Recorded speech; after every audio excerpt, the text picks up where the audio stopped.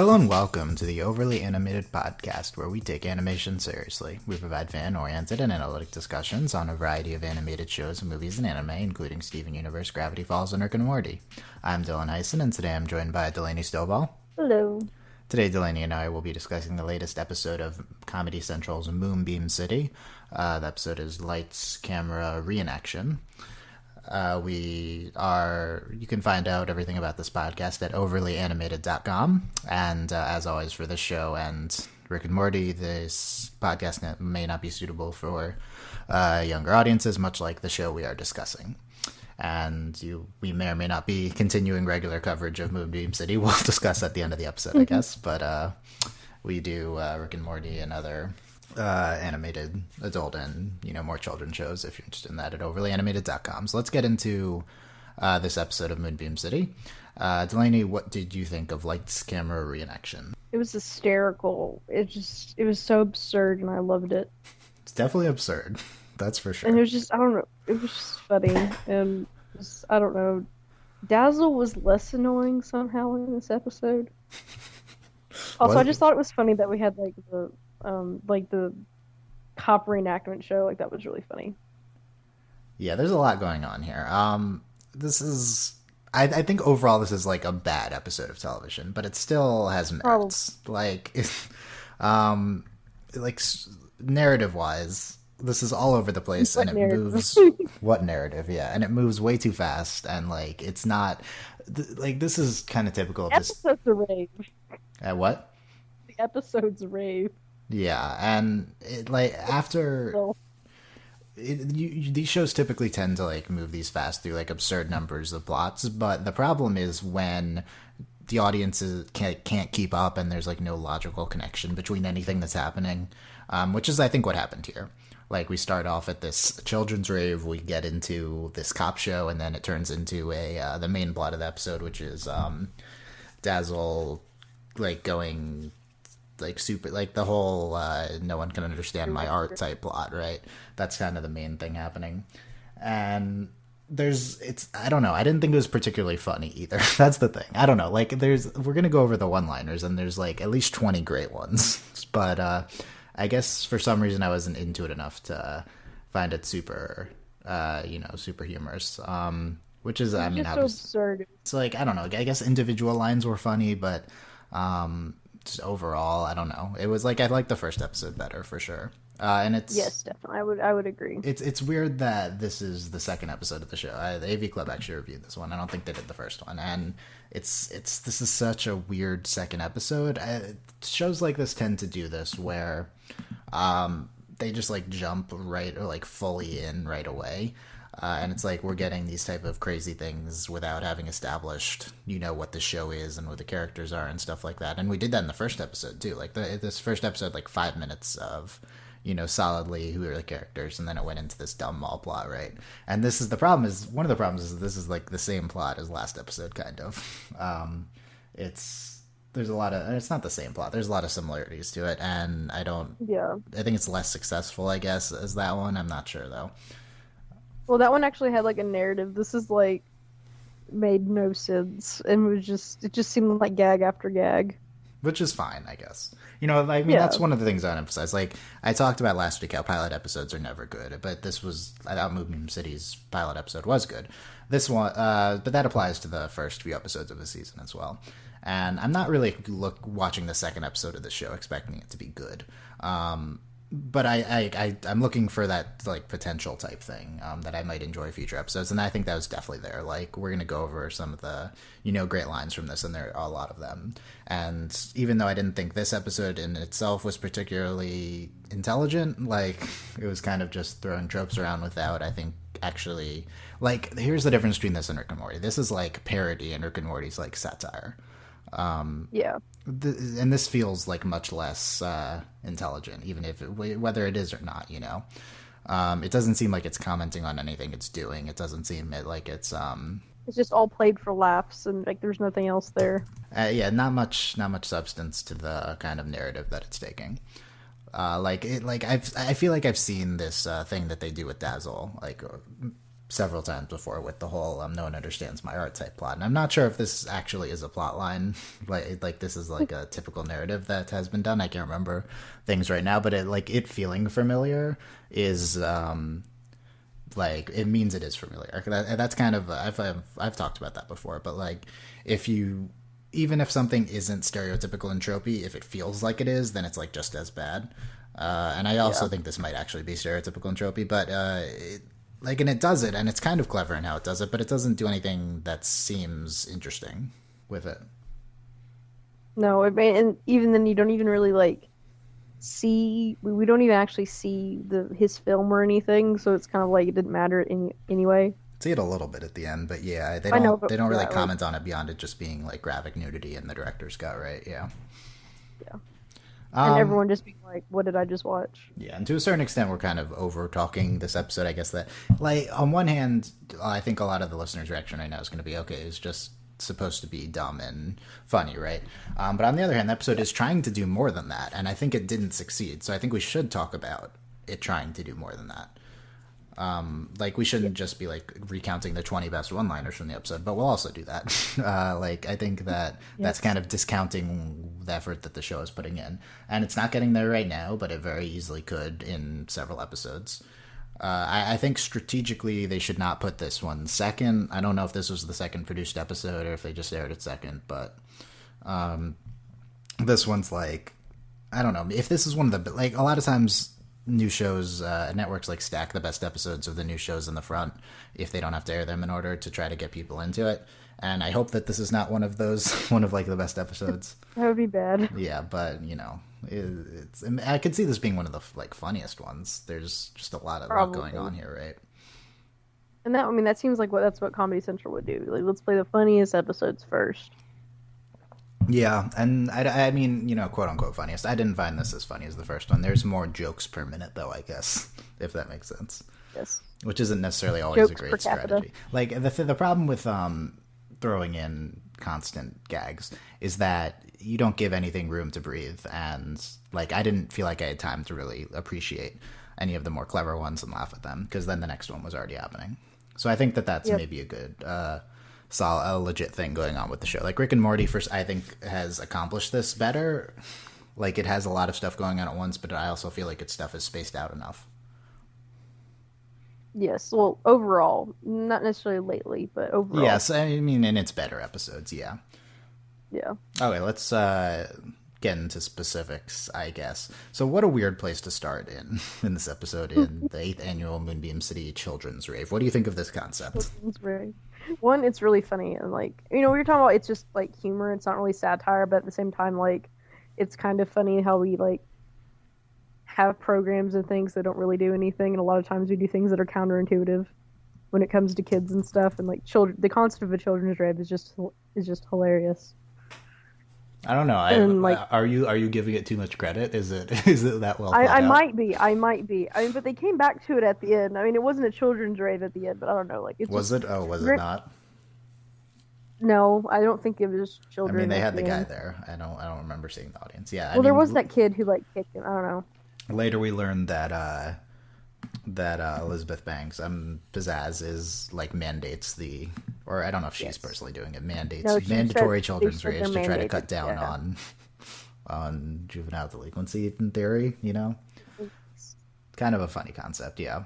The beginning is like much slower. They don't really try to jam that much, and like the only real one-liners I think were the kids ecstasy and the real ecstasy, which I don't know. There's not much to that one.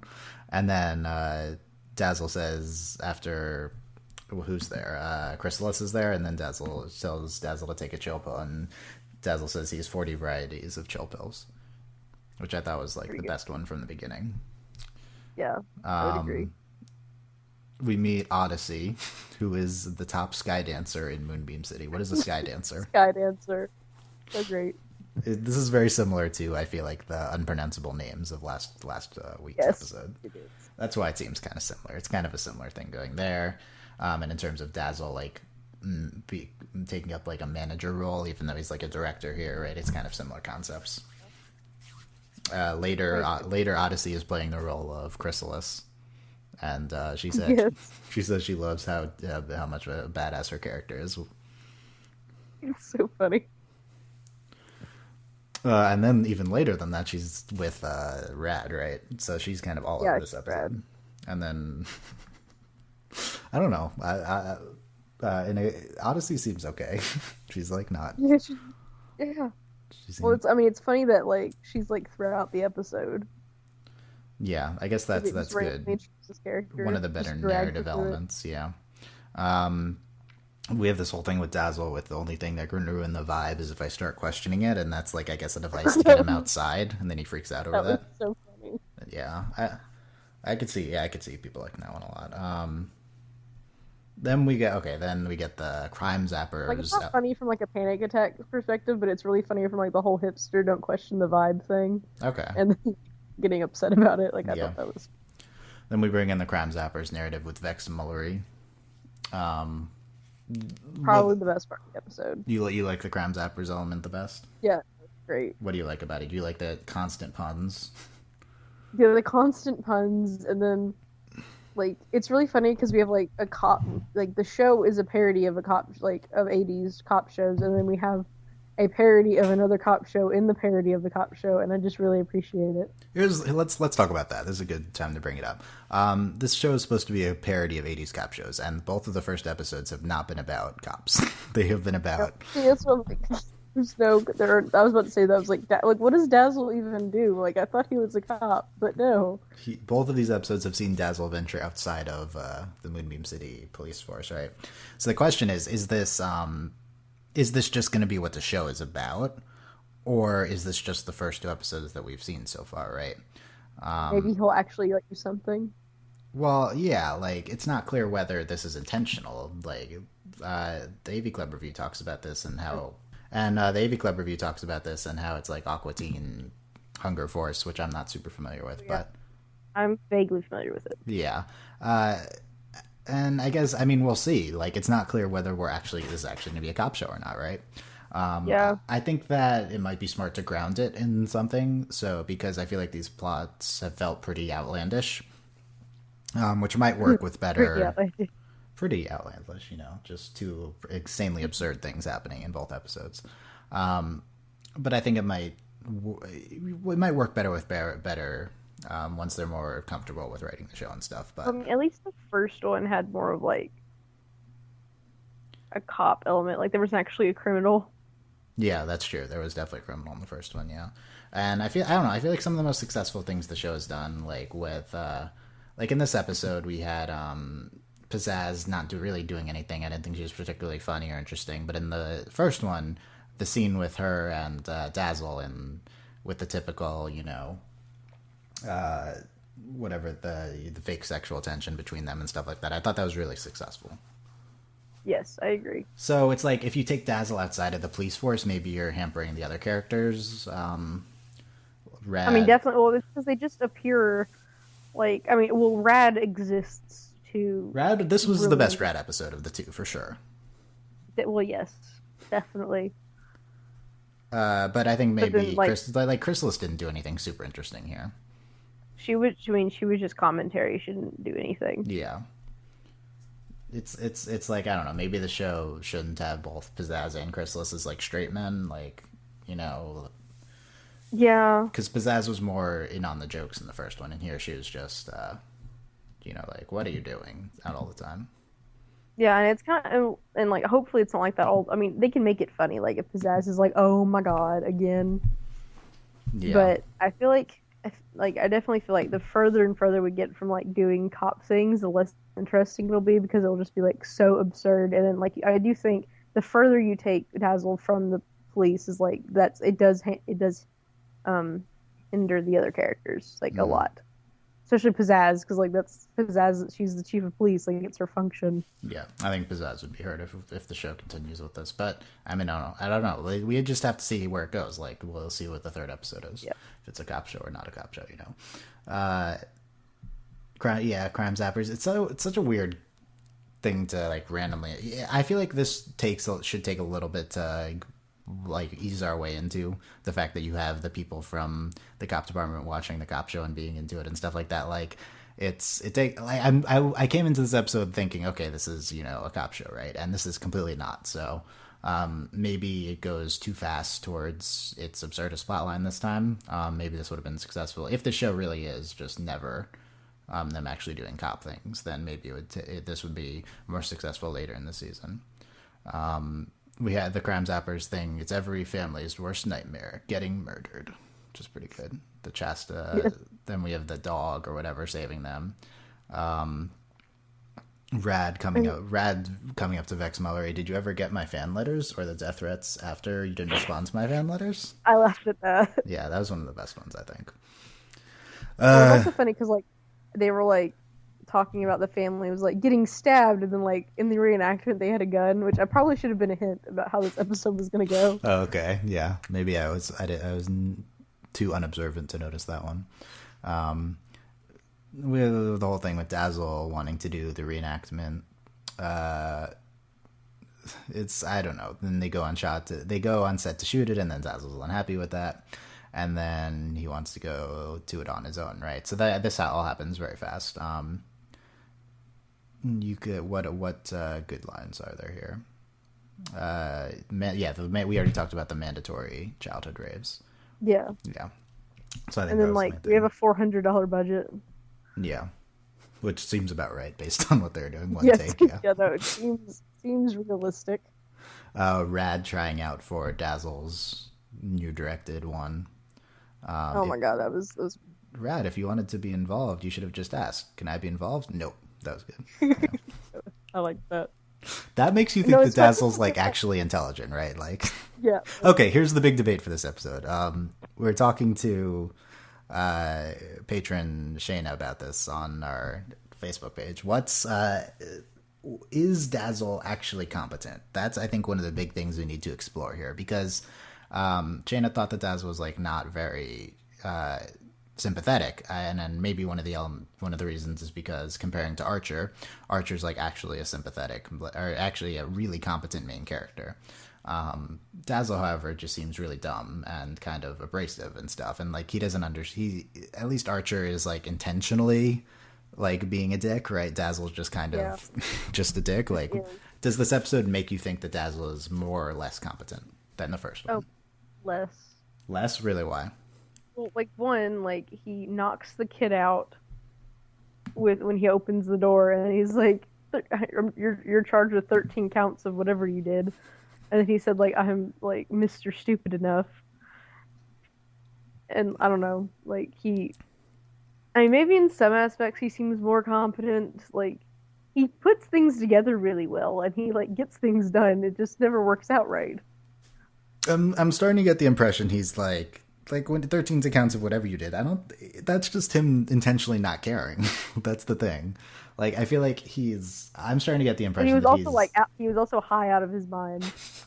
Yeah, but he can be doing that and, be aware.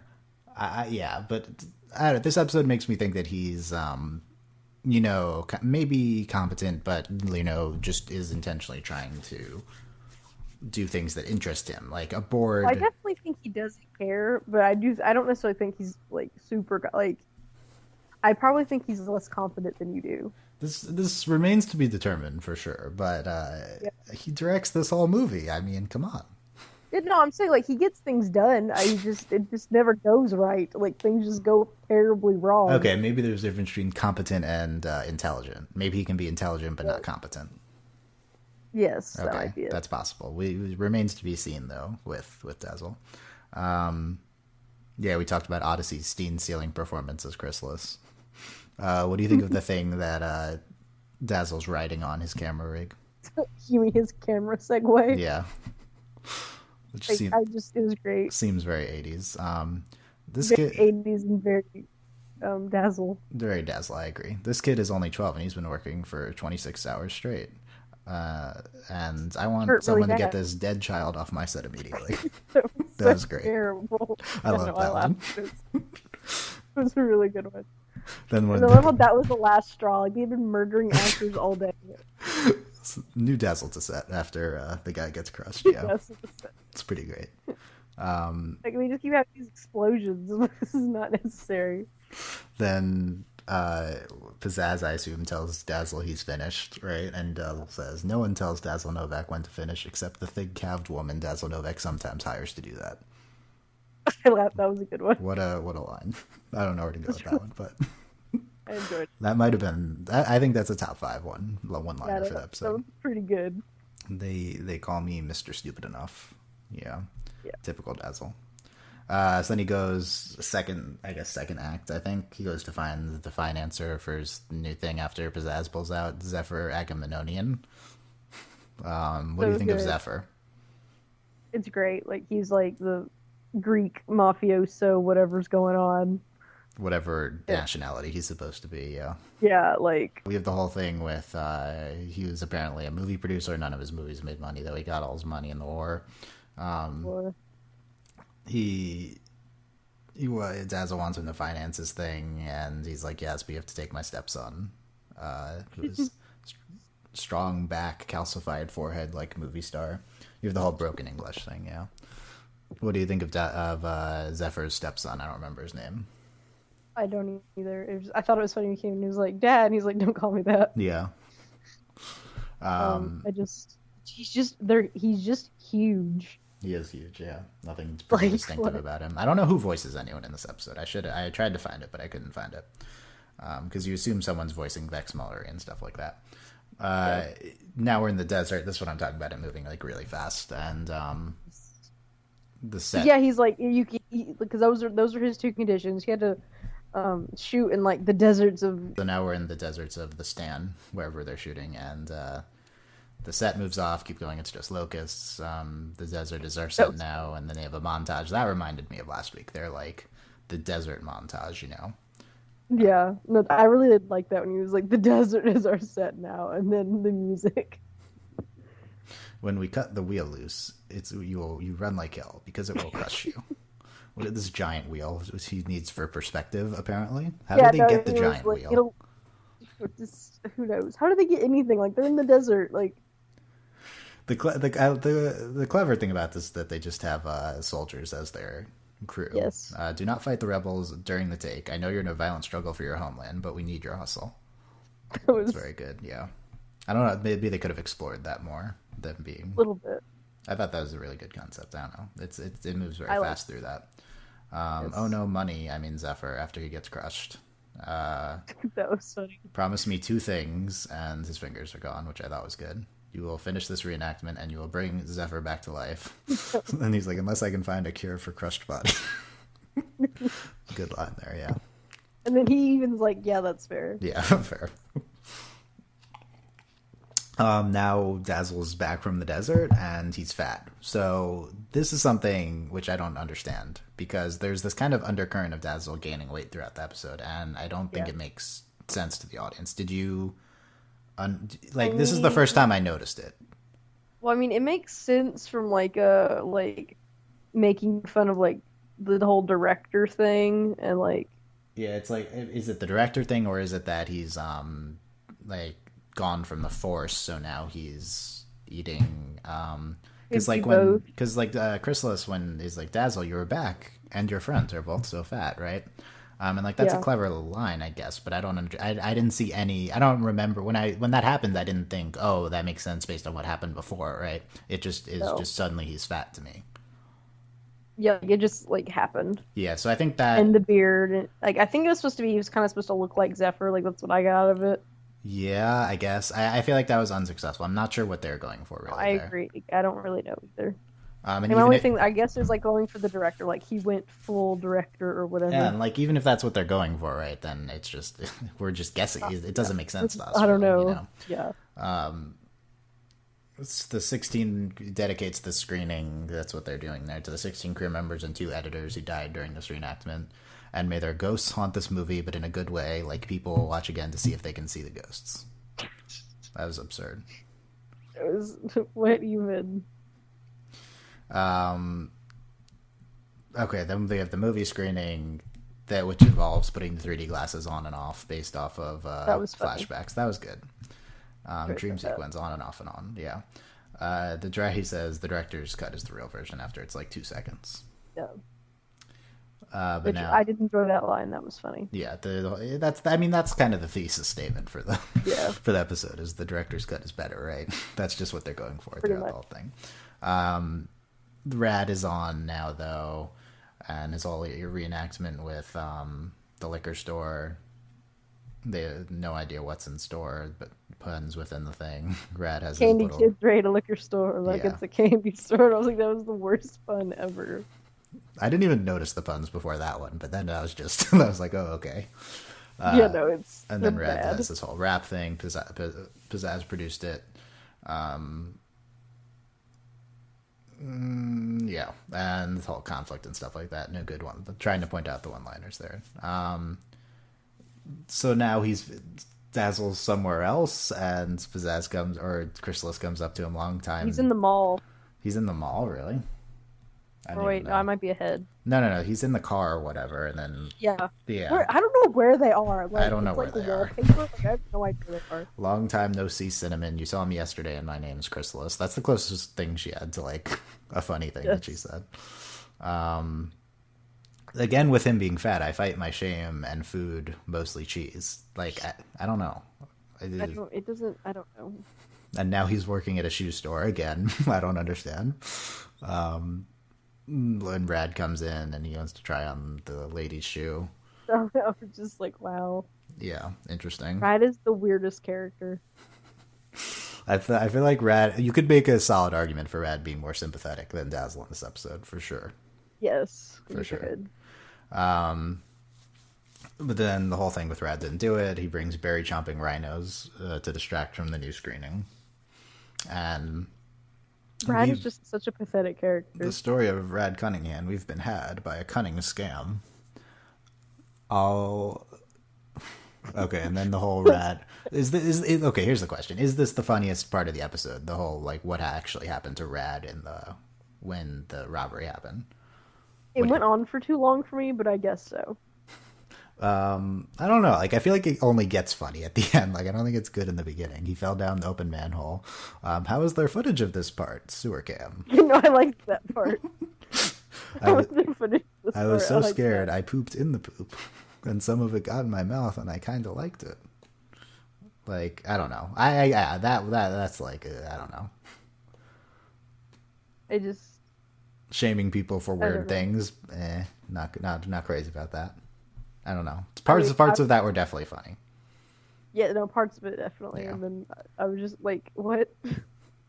And then because of that, they'll show the Dazzle's full thing, all 258 minutes of graphic nudity fully restored. And Chris is like, this version is better, Dazzle.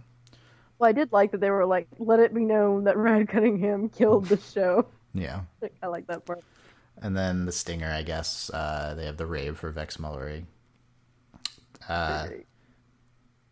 Yeah. And then the stepson is DJing, and yeah, I don't know. That's all. Oh wait, no. The notable part is Chrysalis saying and Pizzazz comes up and feeling a very harsh energy from you, Pizzazz, like kind of That touching was her and really stuff. fun. So here's the Yes, thing: is that's- this the ultimate ship, Pizzazz and Chrysalis? No, I was like, shipping powers activate. Like, That's it happened. it's the only thing I've like that. close to cared about, right in this Yeah, show. no, I was like, oh wait, and I'm like, there's something here. Yeah, No, trust me, I was on top of that. you were on top of that one. immediately. Yeah, Like, hi, like, Chrysalis, revealing her true feelings towards Pizzazz. Yes. Yes, let's go for that. Although I don't trust the show to handle it well at all, so let's maybe not go for that. Maybe not. Maybe not a good idea. Okay. Any other good things you can remember from that? I just thought like this all happened because some kid stole a bike, and then like so many people had to die in this reenactment of. Do you just think these that kids. do you think that this is too like crude with its violence?